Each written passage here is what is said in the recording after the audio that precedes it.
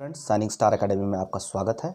जैसा कि पिछले वीडियो में हमारा टॉपिक रहा है झारखंड के आदिवासी और झारखंड के आदिवासी से संबंध ही पार्ट 1, पार्ट 2, पार्ट 3, पार्ट 4 इस तरह के वीडियो हमारे द्वारा बनाए गए हैं और जिसका एकमात्र उद्देश्य है कि न केवल जेपीएससी बल्कि जेएसएससी की तैयारी कर रहे छात्र और दरोगा भर्ती की तैयारी कर रहे छात्र या झारखंड से संबंधित विभिन्न प्रतियोगिता परीक्षा की तैयारी कर रहे छात्र सबों को ज़्यादा से ज़्यादा इससे फ़ायदा हो। ठीक है, तो सबसे पहले झारखंड के जनजातियों में हमने बताया था आपको आदिम जनजाति के बारे में। उसके बाद हमने आदिम जनजाति के बाद आपको 12 जनजाति के बारे में एक अवलोकन वीडियो के तहत प्रस्तुत किया जा चुका है पिछले वीडियो के तहत। अभी हमारा इस वीडियो में हम 6 जनजाति को देखेंगे और इसके नेक्स्ट वीडियो में हम बाकी 6 जनजाति को देखेंगे और उसका हमारा जनजाति का जो एपिसोड होगा, जो वीडियो होगा हमारा, वो समाप्त हो जाएगा। उसके बाद तमाम जनजातियों को एक चार्ट के माध्यम से देखा जाएगा, आदिवासी विद्रोह को देखा जाएगा। तो जो हमने आज जो 6 जनजाति हम लाए हैं आपके लिए इस वीडियो में, वो बहुत मुख्य बातें हैं और जो अक्सर एग्ज़ाम में पूछे जाते हैं उसे यहाँ पर बिंदुवार रूप से लिखा गया है और यकीन मानिए इसके अलावा कुछ भी नहीं कोई भी एग्ज़ाम में पूछा जाएगा इन जनजातियों से। ठीक है, अभी तक जैसा प्रश्न का प्रारूप चल रहा है उस हिसाब से मैं कह रहा हूँ। मैंने जितना लिखा है ज़रूरी नहीं है कि आप सभी पॉइंट को रट लें, लेकिन जो मुख्य बातें हैं उसको बिल्कुल ज़रूर से याद रखें। मैंने इंपॉर्टेंट भी कर दिया है। चलिए, तो झारखंड की जो जनजातियाँ हैं उसमें जो 6 जनजातियाँ हमने आज लिखी है उसमें सबसे पहला मेरा है खोंड। खोंड के नाम से मिलता जुलता जनजाति जो है हमारा है गोंड। तो खोंड और गोंड के बारे में हम जानेंगे। उसके बाद हम चेर जनजाति के बारे में जानेंगे। च से चेर और च से हम चीक बड़ाइक के बारे में जानेंगे। चीक बड़ाइक से मिलता जुलता नाम हम गोड़ाइत के बारे में जानेंगे। और एक अन्य जनजाति किसान जनजाति जो कि सदान समुदाय की जनजाति है, खेती बाड़ी करने के नाम पर उसका नाम किसान पड़ा, उसके बारे में जानेंगे। चलिए हम बात करते हैं पहले खोंड जनजाति की। नाम से ही स्पष्ट है खोंड जनजाति जो है वह उसकी भाषा कोंधी होगी। खोंधी नहीं, कोंधी, क से कोंधी। ठीक है, खोंड जनजाति की भाषा कोंधी है। प्रजाति द्रविड़ है। यह झारखंड की एक अल्पसंख्यक जनजाति है जिसका संकेंद्रण जो है संथाल परगना क्षेत्र में पाया जाता है। मैं फिर रिपीट करता हूँ, खोंड जनजाति भाषा कोंधी। पूछा जा सकता है सवाल, ये इंपॉर्टेंट है कि किसकी भाषा कोंधी है। खोंड जनजाति की भाषा कोंधी है। ठीक, प्रजाति द्रविड़ है, संकेंद्रण इनका संथाल परगना क्षेत्र में है। दूसरा जो कोंधी के अलावा जो दूसरा इंपॉर्टेंट क्वेश्चन खोंड जनजाति से उभर कर आ रहा है वह है सबसे इंपॉर्टेंट कि खोंड जनजाति में पुरातन काल में नर बलि की प्रथा प्रचलित थी। इसमें आदमी को मार दिया जाता था, उसे बलि दे दी जाती थी। तो नर बलि की प्रथा जो है वो खोंड जनजाति में प्रचलित थी, जिसे ब्रिटिश शासनकाल में लॉर्ड विलियम बेंटिंग के द्वारा जो है समाप्त किया गया। ठीक, तो खोंड जनजाति में नर बलि की प्रथा प्रचलित थी जिसे मरियाहा कहा जाता था। आदमी को मार देने के कारण इसे आप आसानी से याद रख सकते हैं, मरियाहा। ठीक है, नर बलि की प्रथा प्रचलित थी, इसे मरियाहा कहा जाता है। तो दो जो है खोंड की भाषा कोंधी, नर बलि की प्रथा प्रचलित थी जिसे हम मरियाहा कहते हैं। तो इसमें तीसरा जो मेरा पॉइंट उभर कर आ रहा है इंपॉर्टेंट, वो है कि पुरातन काल में खोंड की पारंपरिक ग्राम संगठन बहुत मजबूत थी जिसका प्रमुख या मुखिया गौटिया कहलाता था। लेकिन दुर्भाग्य से वर्तमान में गौटिया पद जो है वो खोंड जनजाति में नहीं है। ठीक, तो खोंड जनजाति है तो खोंड में 3 पॉइंट हमारा इंपॉर्टेंट हो गया। भाषा कोंधी हो गई, नर बलि की प्रथा प्रचलित थी, इसका जो पारंपरिक ग्राम संगठन था वो बहुत मजबूत था जिसका मुखिया गौटिया कहलाता था। खोंड जनजाति में ही जयमाल की प्रथा है, बरमाला की प्रथा प्रचलित है, हिंदू रीति रिवाज जैसा। ठीक, अब नीचे चलते हैं, हम आते हैं गोंड जनजाति में। खोंड से मिलता जुलता वर्ड है गोंड, जैसा कि नाम से प्रतीत है कि गोंड यह गोंडवाना क्षेत्र में ज़्यादा भारत में मिलता है। गोंडवाना क्षेत्र यानी कि मध्य प्रदेश और छत्तीसगढ़ का क्षेत्र। लेकिन झारखंड में कहाँ मिलता है? तो ग से गोंड और ग से गुमला। झारखंड में ये सर्वाधिक इसका संकेंद्रण गुमला और सिमडेगा क्षेत्र में है। ठीक है, चलिए आगे चलते हैं। गुमला और सिमडेगा क्षेत्र में है। इसकी भाषा क्या है? गोंडी है।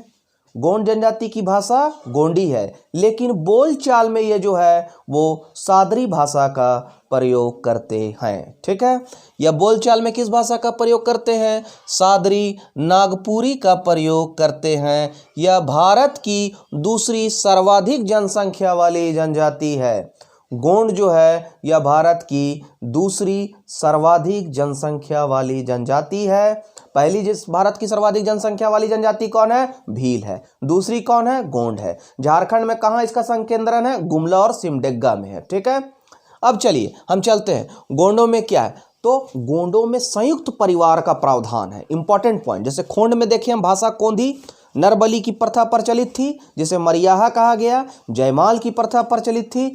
पारंपरिक ग्राम संगठन वहाँ बहुत मजबूत था। अभी वर्तमान जिसका मुखिया गौटिया होता था, अभी वर्तमान पद नहीं है। गोंड में हम देखेंगे कि गोंड सदानी भाषा का प्रयोग करता है। जिस प्रकार हम लोग की उनकी भाषा गोंडी जरूर है, जिस प्रकार हम लोग का भाषा मान लीजिए खोरठा है, लेकिन हम लोग बोलचाल में हिंदी का प्रयोग कर रहे हैं शहरों में। अर्बन क्षेत्र में, शहरी क्षेत्रों में हिंदी का प्रयोग ज़्यादा होता है। ठीक, तो ठीक उसी तरह गोंडी जो है गोंडी भाषा का तो है, लेकिन इनकी बोलचाल की भाषा सादरी नागपुरी है। यहीं पर हम देख सकते हैं कि किन किन की भाषा सदानी है। तो गोंडों की भाषा क्या है? आपका गोंडों की जो भाषा है वो गोंडी है, लेकिन बोलचाल में क्या है? सादरी नागपुरी भाषा है। उसी तरह हम चेर की भी भाषा देखेंगे, क्या है? सदानी है। बिंझिया जनजाति की भाषा भी सदानी है। आप नोट्स कर सकते हैं इसको कि चेर की भाषा सदानी, बिंझिया की भाषा सदानी। ठीक, उसी तरह चीक बड़ाई की भाषा सदानी नागपुरी। ठीक, उसी तरह गोंडों की भाषा बोलचाल में नागपुरी, गोड़ाइत की भाषा सदानी। तो यहाँ 4-5 जनजातियाँ यहाँ हम नोट कर सकते हैं।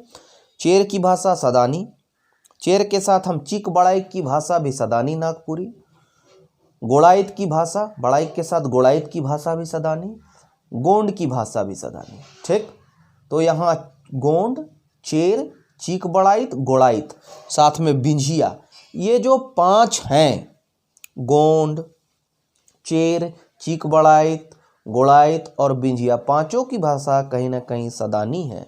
ठीक, अब हम यहाँ बात करते हैं एक जो मेन इंपॉर्टेंट लाइन जो पूछा जाएगा कि गोंडों में संयुक्त परिवार है, जिसको भाई बंद कहा जाता है, जिसमें चाचा, चाची, दादा, दादी सभी आते हैं, बाप, बेटा, पुत्र, बच्चियाँ। जब यही भाई बंद जब और बड़ा हो जाता है परिवार, तो इसको गोंडों में बिरादरी कहा जाता है।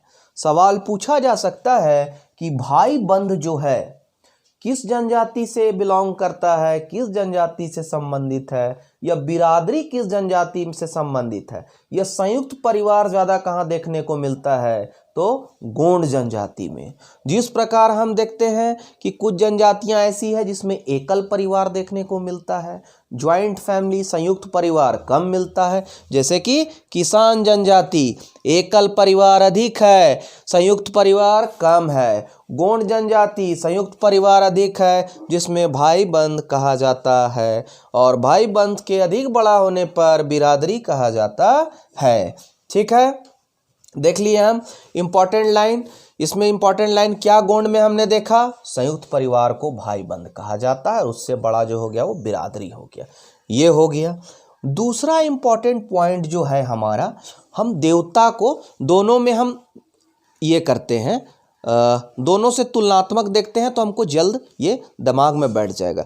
जैसे कि खोंड जनजाति में जो देवता है उसको सूर्य मानते हैं, वो लोग सूर्य की पूजा करते हैं, जिसे बेलापुन कहा जाता है। देखिए, खोंड जनजाति में सर्वप्रमुख देवता सूर्य हैं, जिसे बेलापुन कहा जाता है। गोंड जनजाति में सर्वप्रमुख देवता ठाकुर देव, जो सूर्य का प्रतिरूप ही है, जिसका प्रतीक सूर्य को माना जा सकता है। ये भी सूर्य मानते हैं, लेकिन उसको बोलते हैं ठाकुर। ये बेलापुन बोला, ये ठाकुर देव या बड़ा देव बोले। ठीक, तो सूर्य की पूजा जिसे बेलापुन कहा जाता है, खोंड जनजाति, गोंड जनजाति में ठाकुर देव या बड़ा देव की पूजा की जाती है, जो जिसका प्रतीक सूर्य है।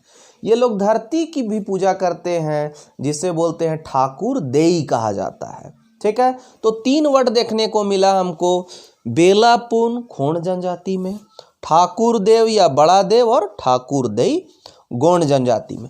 तो हमारा कॉन्सेप्ट क्लियर हो गया यहाँ से खोंड और गोंड से। खोंड में भी झूम खेती है, जिसको पोड़चा कहते हैं। ठीक, देख सकते हैं आप, देखिए खोंडों में झूम खेती को पोड़चा कहते हैं, जबकि इसमें क्या कहते हैं, गोंड में झूम खेती को क्या बोलेंगे, दीपा बोलेंगे। क्या बोलेंगे, दीपा या बेवार कहते हैं, दीपा। तो देवता हो गया बेलापुन, ठाकुर देव, बड़ा देव, ठीक है, ठाकुर देव, बूढ़ा देव और ठाकुर देई। ठीक, उसके बाद झूम खेती हो गया आपको पोड़चा, यहाँ पर गोंड में हो गया दीपा या बेवार। ठीक, कहीं से कोई दिक्कत नहीं। और हमको क्या छूट रहा है, गोंड जनजाति जो है उसका संकेंद्रण गुमला सिमडेगा पढ़ चुके हैं। यह अल्पसंख्यक जाति नहीं है झारखंड में। गोंड जनजाति जो है हर गांव में, जिस गांव में अब पाई जाती है, इनका अपना जाति, हम जाति पंचायत शासन व्यवस्था में देख चुके हैं पिछले वीडियो में। इनकी अपनी गांव में जाति पंचायत होती है, जिसका प्रधान सयाना कहलाता है। हम इसे देख चुके हैं। ठीक, इम्पोर्टेंट याद रखिएगा कि गोंडों की जाति पंचायत के प्रधान को क्या कहते हैं, सयाना कहते हैं। अभी तक हमने देखा था कि जहाँ पूर्वजों की हड्डियां दबा कर रखी जाती है, जहाँ शव को दफनाया जाता है, वह कब्रिस्तान का आदिवासी जनजातियों में आदिवासियों में उसे शासन कहा जाता था। लेकिन गोंड जनजाति में शव दफनाने के स्थान को क्या बोलते हैं, गोंड और चिक बड़ाइक, दोनों जनजाति में तुलनात्मक रूप से देखेंगे, हमें याद करने में आसानी होगी।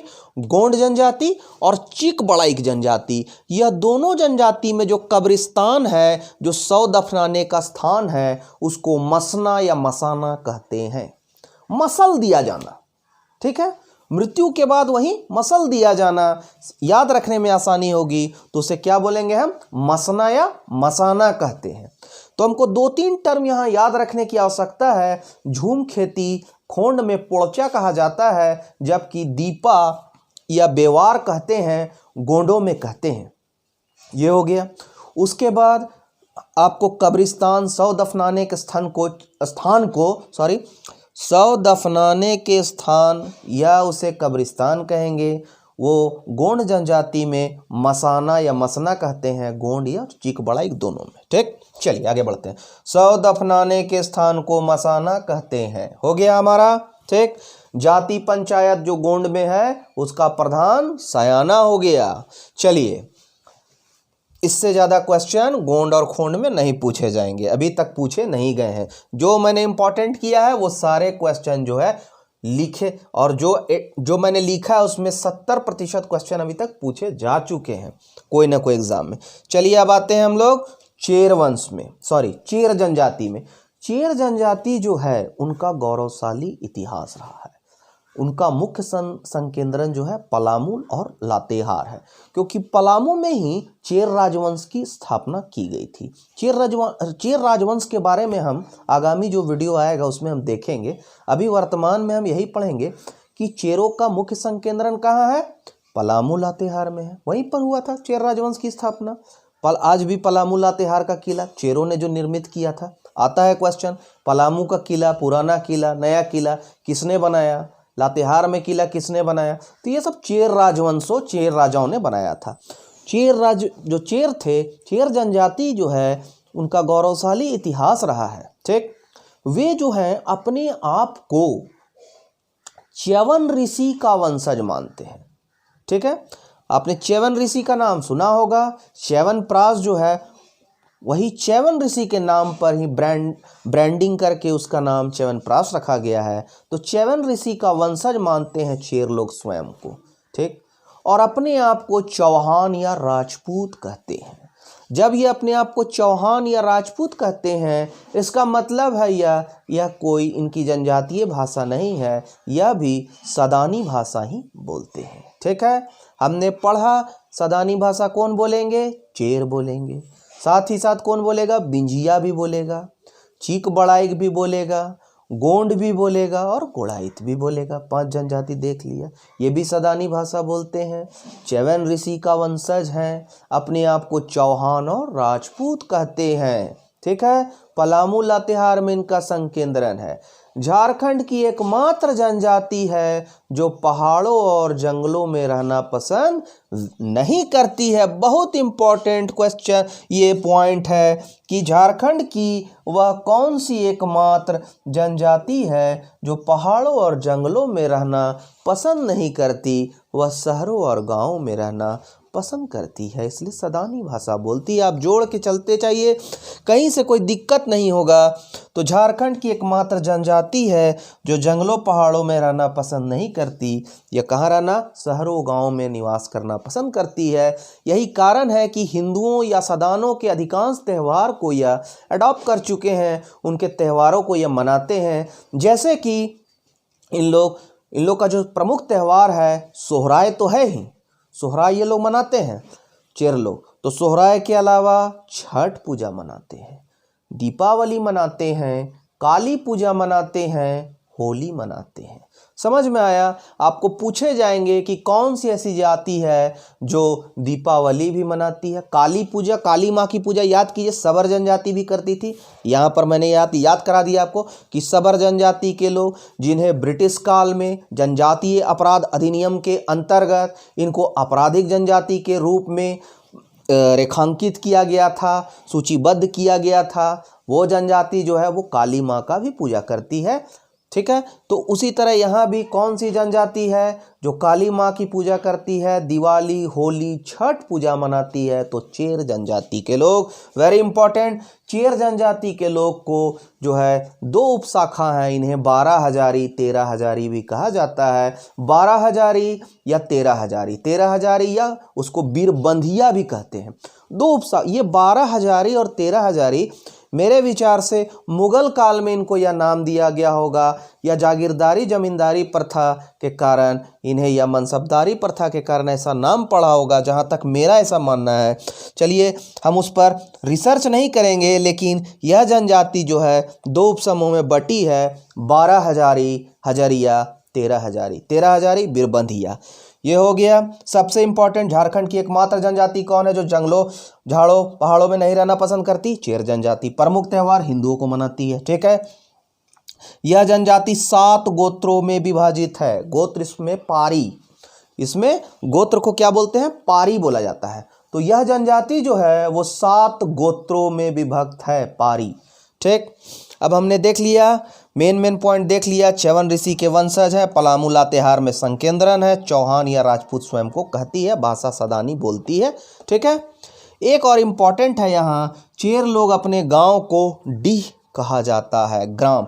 जैसे कि मुंडा लोग अपने गांव को क्या बोलते हैं, मैं आपको रिपीट कराता चलता हूँ। मुंडा लोग अपने गांव को हातू बोलते हैं, कोई जनजाति आतो बोलता है। उसी प्रकार चेर जनजाति के लोग अपने गांव को डीह बोलता है, ड में दीर्घई डी और ह, डीह कहा जाता है। ठीक, अब हम लोग एक चीज हम लोग को बच गया, हमने वधु मूल्य देखा, वधु मूल्य बोलते हैं, हमने देखा ये आपका खोंड जनजाति में और आपका गोंड जनजाति में झूम खेती देखा। एक में आपको पोड़चा हो गया, एक में झूम खेती का क्या नाम है, खोंड में हमने झूम खेती को देखिए पोड़चा, और यहाँ दीपा या बेवार कहते हैं। ठीक, देव भी देख लिया, सूर्य बेलापुन, और आपका ठाकुर देव, बड़ा देव, ठाकुर देई देख लिया। ठीक, अब देखिए हमने शासन जो कब्रिस्तान था उसके जगह में चीक बड़ाई और गोंड में भी देख लिया। जो मैं डिफिकल्ट वर्ड है उसको अलग कर रहा हूँ।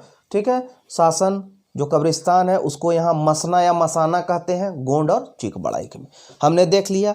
चेर जनजाति के लोग अपने गांव को डीह कहते हैं। हम लोग याद करेंगे किस तरह, जैसे हमने वधु मूल्य देखा, पोन कहते हैं बहुत जगह वधु मूल्य को, टका बोलते हैं। मुंडा जनजाति में गोनोंग टाका बोला जाता है वधु मूल्य को। ठीक, उसी तरह यहाँ चेर जनजाति के लोग में जो वधु मूल्य को कुछ अलग ढंग से बोलते हैं, दस्तूरी कहते हैं लोग। तो इसे कैसे याद रखा जाएगा? तो हम लोग याद रखेंगे कि चेर जनजाति लोग जो हैं उनको वधु मूल्य देना जो है उनका दस्तूर है, इसीलिए हम उससे याद रखेंगे।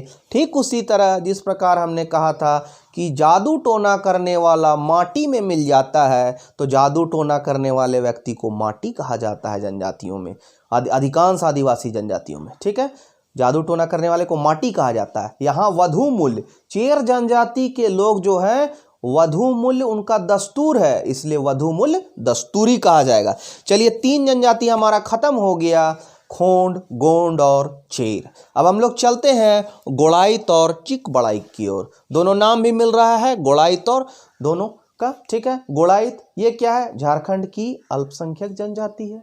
इनकी भाषा भी क्या है? तो सदानी है गोड़ाइत की भाषा। ठीक, सबसे इंपॉर्टेंट चीज हम गोड़ाइत में क्या जानेंगे? गोड़ाइत एक ऐसी जनजाति है जिसमें विधवा विवाह निषेध है। गोड़ाइत जनजाति में विधवा विवाह निषेध है। जिस प्रकार पहाड़िया जनजाति में गोत्र प्रथा निषेध थी, यहाँ विधवा विवाह क्या है? निषेध है। दूसरा जो पॉइंट है इंपॉर्टेंट गोड़ाइत में, वह है इस जनजाति के लोग पुरबिया और देवी माई की पूजा करते हैं। यहाँ पुरबिया जो है वो जनजातीय भूतात्मा है, एक प्रकार से जनजातीय आत्मा है। ठीक है, जिसे वर्ष में एक बार बकरे की बलि देनी पड़ती है। क्वेश्चन आ सकता है कि पुरबिया क्या है? तो जनजातीय भूतात्मा है। पुरबिया की पूजा कौन करते हैं? गोड़ाइत लोग करते हैं। देवी माई की पूजा कौन करते हैं? गोड़ाइत करते हैं। ये क्वेश्चन इंपॉर्टेंट है, ध्यान रखिएगा। पुरबिया एक प्रकार की जनजातीय आत्मा है। ठीक, ये हो गया।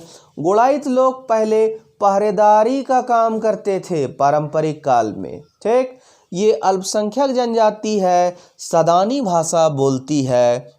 विधवा विवाह इसमें इंपॉर्टेंट है, ये क्वेश्चन, विधवा विवाह इसमें निषेध है।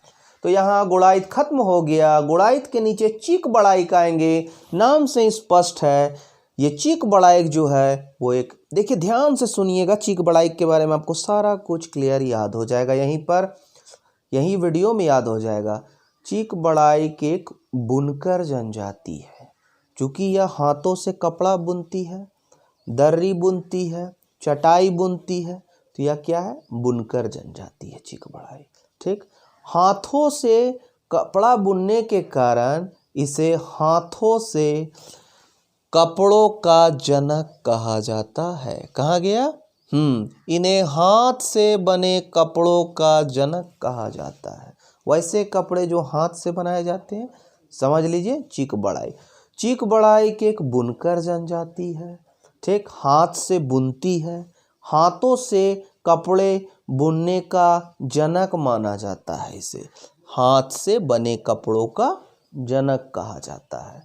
हम देखेंगे कि बुनकर जनजाति आप अपने आसपास में भी देखते होंगे, हर जगह हर गांव में कोई ना कोई बुनकर है।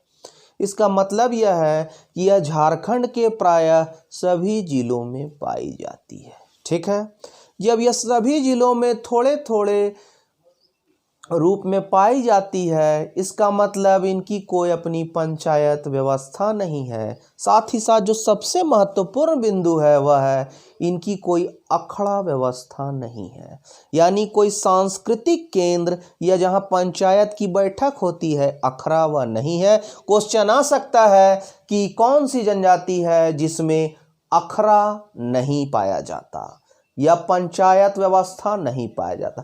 पंचायत व्यवस्था तो बहुत सी जनजातियां आपको मिल जाएगी जिसमें नहीं मिलता है, जैसे बंजारा में भी नहीं मिलता है, बिरहोर में भी नहीं मिलता है, चिकबड़ाइक हो गया उसमें भी नहीं मिलेगा। लेकिन यहाँ क्वेश्चन जो अराइज हो रहा है वो अराइज हो रहा है आपका, ठीक है, क्या अराइज हो रहा है कि किसमें ऐसी कौन सी जनजाति है जहां अखड़ा नहीं पाया जाता। तो अखड़ा जो है वो चिकबड़ाइक में नहीं मिलता है, क्योंकि सभी जगह छोटे छोटे। यह एक बुनकर जनजाति है, मैं फिर रिपीट करता हूँ, यह एक बुनकर जनजाति है। हाथों से कपड़ों का, हाथों से बनाने वाले कपड़े का जनक कहा जाता है। ठीक। दूसरा पॉइंट, यह प्रायः सभी झारखंड के जिलों में पाई जाती है। इनमें अखरा पंचायत व्यवस्था नहीं पाई जाती, चीक बड़ाइक में। ठीक है, हो गया। ये भी सादरी नागपुरी भाषा बोलती है। हो गया। चेर भी नागपुरी, ये चेर भी सदानी बोलेगा, बिंझिया भी सदानी बोलेगा, गोड़ाइत भी सदानी बोलेगा, गोंड भी नागपुरी सादरी बोलेगा, ये भी सादरी नागपुरी बोलेगा। ठीक है, हम देख चुके हैं कि जिस प्रकार गोंड के कब्रिस्तान को मसना या मसाना, तो इसके कब्रिस्तान को भी मसना या मसाना कहते हैं। हाँ, यहाँ इंपॉर्टेंट याद रखने का है कि पुनर्विवाह को सगाई किस जनजाति में कहा जाता है, तो पुनर्विवाह को सगाई कहा जाता है, इंगेजमेंट कहा जाता है चीक बड़ाइक में। अभी मैं फिर आपको दोहराता हूं कि विधवा विवाह निषेध है, फट से आप याद रखिएगा, गोड़ाइत में निषेध है। विधवा विवाह गोड़ाइत में निषेध है। ठीक, अखरा व्यवस्था नहीं है और पंचायत व्यवस्था चीक बड़ाइक में। ठीक, जयमाल की स्थिति कहाँ है, जयमाल किसमें पाया जाता है, बरमाला। देखिए इधर बरमाला किसमें है, तो खोंड में है बरमाला, जहाँ नरबली है वहीं बरमाला है, बरमाला है वहाँ पर। ठीक, अब यहाँ पर हम देखेंगे कि विवाह, पुनर्विवाह जब होता है, दोबारा किसी का विवाह, विधवा विवाह जरूरी नहीं है, कोई दोबारा शादी करता है, तो पुनर्विवाह को इंगेजमेंट, सगाई कहा जाता है। इसमें चीक बड़ाइक दो जात में विभाजित है, छोट जात और बड़ जात। चीक बड़ाइक में एक चीक बड़ाइक राजा भी होता है, जो अंतर ग्राम पंचायत का प्रधान होता है। चीक बड़ाइक राजा, कई गांव मिलकर अंतर ग्राम पंचायत बनाती है, जिसका प्रधान राजा होता है। यह पंचायत व्यवस्था का मटेरियल है, लेकिन मैंने यहाँ लिख दिया, चीक बड़ाइक का राजा होता है। ठीक, बड़ जात छोट जात में विभाजित है। पुनर्विवाह जो हमारा होगा उसको हम क्या बोलेंगे, उसको इंगेजमेंट, दैट मीन्स सगाई कहा जाता है पुनर्विवाह को। ठीक, एक लास्ट किसान जनजाति। ठीक है, तो किसान जनजाति खेती बाड़ी करने वाली जनजाति है। ठीक, खेती बाड़ी करने के कारण ही इसका नाम क्या पड़ा, किसान पड़ा। यह जनजाति अपने आप को नहीं मानती है, यह अपने आप को क्या मानती है, सदान मानती है। तो सदान समुदाय की जनजाति है कौन, किसान। ठीक, किसान सदान समुदाय की जनजाति है, खेती बाड़ी करने के कारण इसका नाम किसान पड़ा। किसान जनजाति जो है वो, इन्हें नगेसिया भी कहा जाता है, नगेसिया, नगेश्वर या नागेश्वर, क्योंकि यह नागवंशी स्वयं को मानते हैं, यह स्वयं को नागवंशी का वंशज मानते हैं, नागवंशियों का वंशज मानते हैं, इसलिए इनका मूल नाम नगेसिया है, नगेश्वर है। इन्हें नगेसिया, नगेश्वर कहा जाता है। इंपॉर्टेंट क्वेश्चन, किस जनजाति को नगेश्वर या नगेसिया कहा जाता है, किसान जनजाति को। खेती बाड़ी करने के कारण उनका नाम जो है, कालक्रम में जो है उसका नाम जो है, खेती बाड़ी करने के कारण, कृषक के खेती करने के कारण इनका नाम क्या पड़ गया, किसान पड़ गया, किसान जनजाति। यह सदान समुदाय की जनजाति है। ठीक है, इनकी भाषा हालांकि क्या है, मुंडारी है, इनकी भाषा जो है वो मुंडारी है। ठीक, सबसे इंपॉर्टेंट किसान जनजाति में यही है कि कौन सी जनजाति सदान समुदाय की है, तो किसान जनजाति। ठीक, इनका क्या है, इन्हें नगेसिया, नगेश्वर कहा जाता है। डाल्टन इन्हें पांडवों का वंशज बताते हैं। हमने कई देखा, चेर च्यवन ऋषि के वंशज हैं, चौहान राजपूत कहते हैं स्वयं को। उसी तरह ये अपने आप को नागवंशी का वंशज मानते हैं। इन्हें पांडवों का वंशज भी बताया है, किसने, डाल्टन ने बताया है।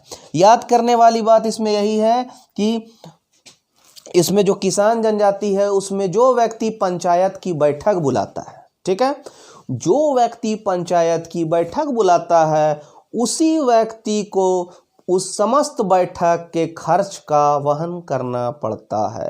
कौन सी जनजाति ऐसी है जहां पर जो व्यक्ति पंचायत की बैठक बुलाता है उसे खर्च का वहन करना पड़ता है, तो वो जनजाति किसान जनजाति है। किसान जनजाति जो है वो सदानी समुदाय की जनजाति है, इसलिए विवाह में यहाँ भी सिंदूर दान किया जाता है। कोई कोई किसान जनजाति की शाखा है उसमें तेल दान भी किया जाता है। तो मैंने इसे लिख दिया है, पॉइंट आउट कर दिया है। विवाह दो तरह के हैं, सिंदूर दान, तेल दान। ठीक है, मैंने पहले भी बताया था किसान जनजाति जो है उसमें एकल परिवार ज़्यादा है, संयुक्त परिवार कम है। लेकिन संयुक्त परिवार जिसे भाई बंद कहा जाता है, बहुत बड़ा संयुक्त परिवार जिसे बिरादरी कहा जाता है, वो गोंड जनजाति में पाया जाता है। मैं तुलनात्मक रूप से रिपीट कर देता हूँ ताकि आपको दिमाग में रहे, कहीं से आप भूल न जाए। ठीक है, तो किसान जनजाति सदानों की जनजाति है, नगेसिया कहा जाता है, वंशियों का वंशज मानती है, डाल्टन ने पांडवों का वंशज मानते हैं। जो पंचायत की बैठक बुलाता है वही खर्च का वहन करता है। यहाँ एकल परिवार का प्रावधान है, ज्वाइंट फैमिली कम मिलता है, विवाह में सिंदूर दान है, तेल दान है। किसान जनजाति मुंडारी भाषा बोलते हैं। तो आज आपका 6 जनजाति जो है वो खत्म हो गया, जिसमें खोंड है, गोंड है, चेर है, चिक बड़ाइक है, गोड़ाइत है और किसान जनजाति है। बाकी आपकी शेष 6 जनजातियां बचती हैं, जो कि मैं नेक्स्ट वीडियो में बहुत ही अच्छे तरीके से उसे खत्म कर दूंगा। ठीक है, अगर आपको हमारा यह वीडियो अच्छा लगा हो तो इसे ज़्यादा से ज़्यादा दोस्तों के बीच शेयर कीजिए, ताकि जितने भी बच्चे हैं, जितने भी तैयारी करने वाले स्टूडेंट हैं, उनको फ़ायदा मिले। इसलिए ज़्यादा से ज़्यादा इसे शेयर कीजिए, लाइक कीजिए और सब्सक्राइब कीजिए। धन्यवाद मित्रों, जय हिंद।